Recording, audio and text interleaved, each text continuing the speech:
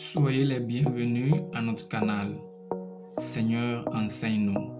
Nous sommes à notre série d'études de thèmes spéciaux de la Bible avec notre frère Kolani Martin. Soyez bénis. Dans le Seigneur, recevez nos salutations dans le nom de Jésus, notre Seigneur et Sauveur. Prions avant de voir l'enseignement du jour. Seigneur, nous te remercions pour ta grâce. Merci pour ta bonté et ta miséricorde. Père, nous voulons examiner ta parole. Nous prions que tu nous parles et que ta parole nous change. Merci pour l'exaucement. Au nom glorieux de Jésus, nous prions. Amen. Le thème d'aujourd'hui, la conspiration inutile contre Dieu et Christ. La conspiration inutile contre Dieu et Christ. Et notre passage, c'est le psaume 2. Nous allons le considérer en morceaux et nous tirerons les leçons en conséquence. Psaume 2, versets 1 à 3. Pourquoi ce tumulte parmi les nations, ces vaines pensées parmi les peuples? Pourquoi les rois de la terre se soulèvent-ils et les princes se liguent-ils avec eux contre l'Éternel et contre son oint?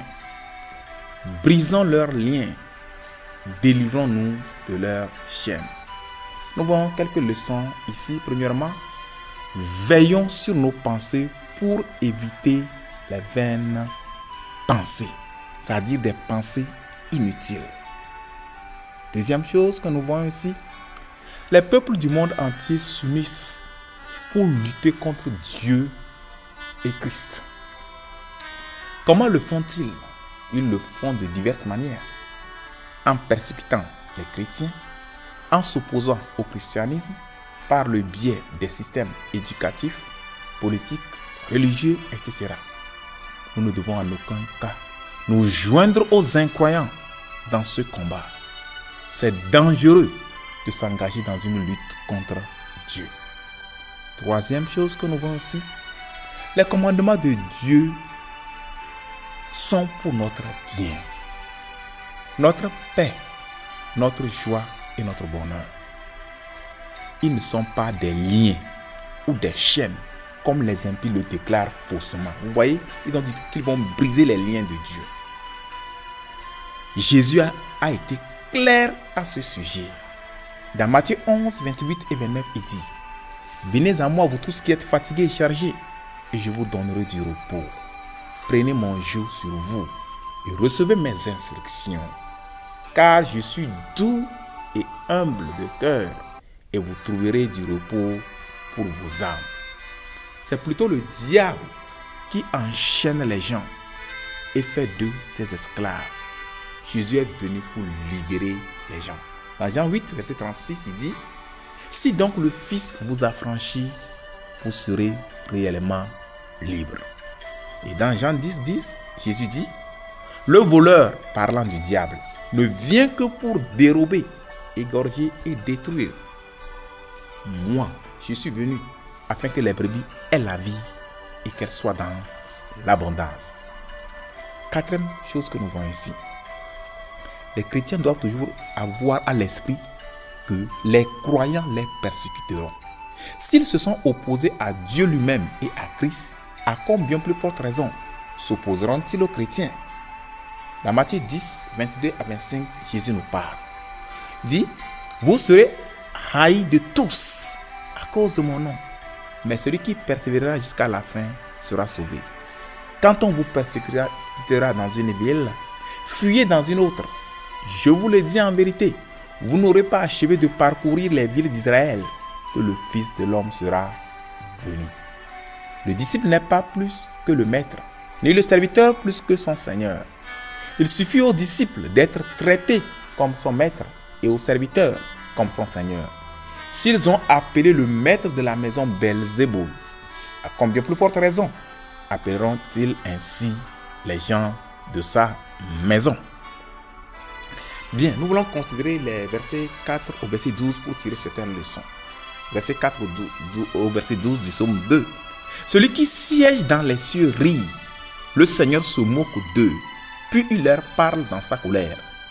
Il les épouvante dans sa fureur. C'est moi qui est oint mon roi, sur Zion, ma montagne sainte. Je publierai le décret. L'Éternel m'a dit, tu es mon fils. Je t'ai engendré aujourd'hui. Demande-moi et je te donnerai les nations pour héritage, les extrémités de la terre pour possession. Tu les briseras avec une verge de fer. Tu les briseras comme le vase d'un potier.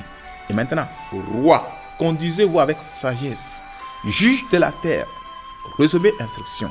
Servez l'Éternel avec crainte et réjouissez-vous avec tremblement. Baisez le Fils de peur qu'il ne s'irrite et que vous ne périssiez dans votre voie, car sa colère est prompte à s'enflammer. Heureux tous ceux qui se confient en lui. Bien, les leçons ici, nous voyons premièrement que 1. Le Seigneur se rit de ceux qui s'opposent à lui. Quels que soient ses opposants, ils échoueront parce qu'ils sont engagés dans une entreprise vaine. Oui, au verset 4, celui qui siège dans les cieux rit. Le Seigneur se moque d'eux. Leçon 2. Dieu parle en colère aux pécheurs endurcis. Les pécheurs qui s'endurcissent là, qui continuent dans leur voie de péché, Dieu leur parle en colère. C'est le temps qu'ils se répandent. Leçon 3. Dieu est celui qui choisit les dirigeants. Au verset 6 de notre passage, Somme 2:6 dit, c'est moi qui ai oint mon roi sur Zion, ma montagne sainte. Faisons-lui confiance pour nous donner notre part. Ce n'est pas la peine de comploter, de saboter les gens pour chercher des positions. Non, dépendant de Dieu, il nous donnera notre portion. Leçon 4. Dieu habite dans la sainteté. Il dit au verset 6 toujours, sur Zion, ma montagne sainte. Si nous désirons la présence et la faveur de Dieu, nous devons vivre une vie sainte.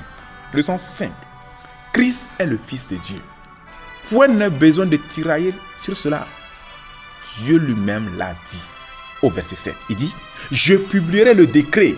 L'Éternel m'a dit, tu es mon fils, je t'ai engendré aujourd'hui.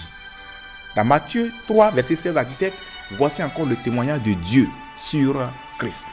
Aussitôt après avoir été baptisé, Jésus sortit de l'eau. Et voici les cieux s'ouvrir.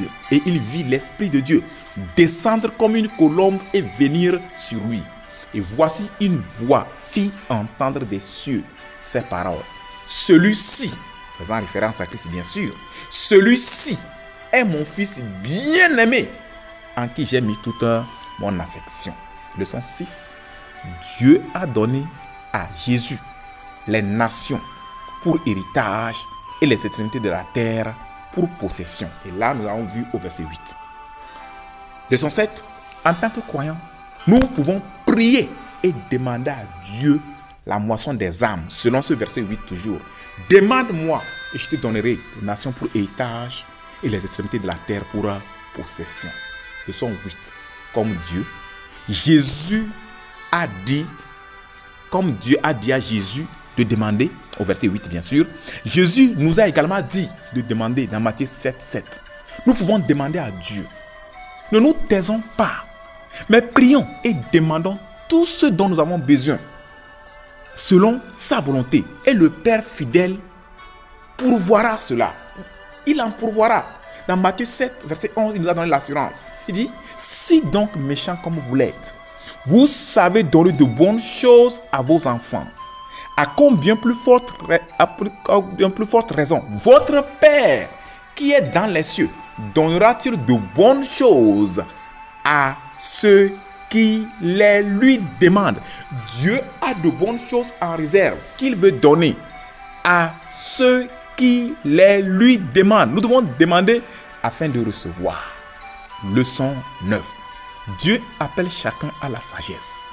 La sagesse consiste à adorer et à servir Dieu. Et là, nous le voyons dans le verset 10 de notre passage. Leçon 10. Nous devons servir Dieu avec crainte et tremblement. Nous l'avons vu dans le verset 11. Et Hébreux 12, 28 et 29 soutiennent cela également.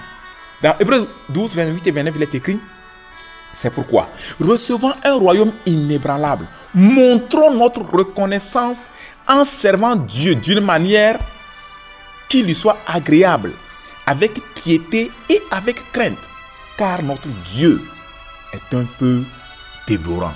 Leçon 11. Chacun doit embrasser le Fils, c'est-à-dire Jésus.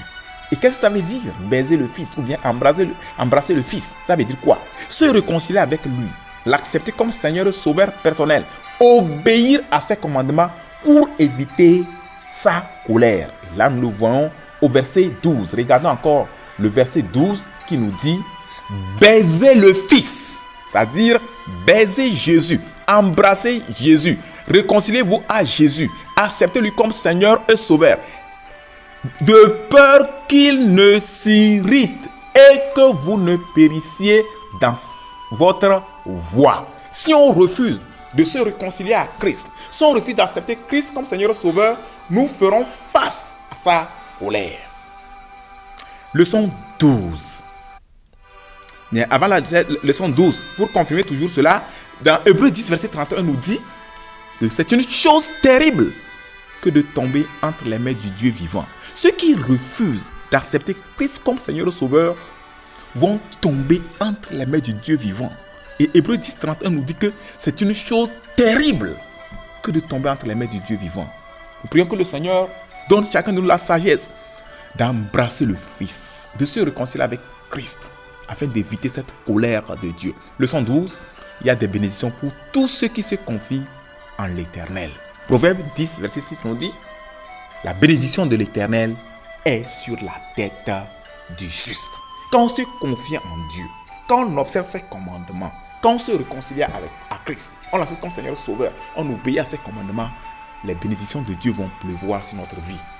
Proverbe 10, verset 6 encore nous dit, la bénédiction de l'Éternel, la bénédiction est sur la tête du juste. Prions.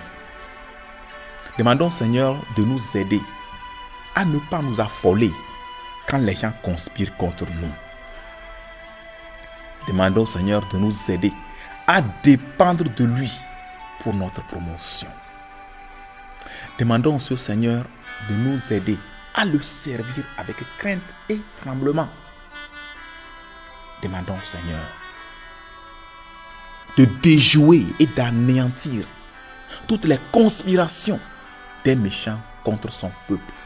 Enfin, demandons au Seigneur de répandre de multiples bénédictions sur nous. Prions. Père Céleste, nous te remercions pour la révélation de ta parole. C'est toi le Dieu de promotion. Nous dépendons de toi. Bénis-nous et donne-nous la promotion. Quant aux méchants qui conspirent contre nous, Père, nous prions. Va devant nous. Anéantis leurs projets. Détruis leurs conspirations. Fais-nous triompher à tous égards. Oui, Seigneur, avec toi, nous sommes plus que vainqueurs. Nous te bénissons pour nous avoir exaucés. Au nom glorieux de Jésus, nous avons prié. Amen. Que le Seigneur vous bénisse et à la prochaine. Veuillez souscrire, liker et partager cet enseignement avec les autres. Et que le Seigneur vous bénisse pour votre obéissance.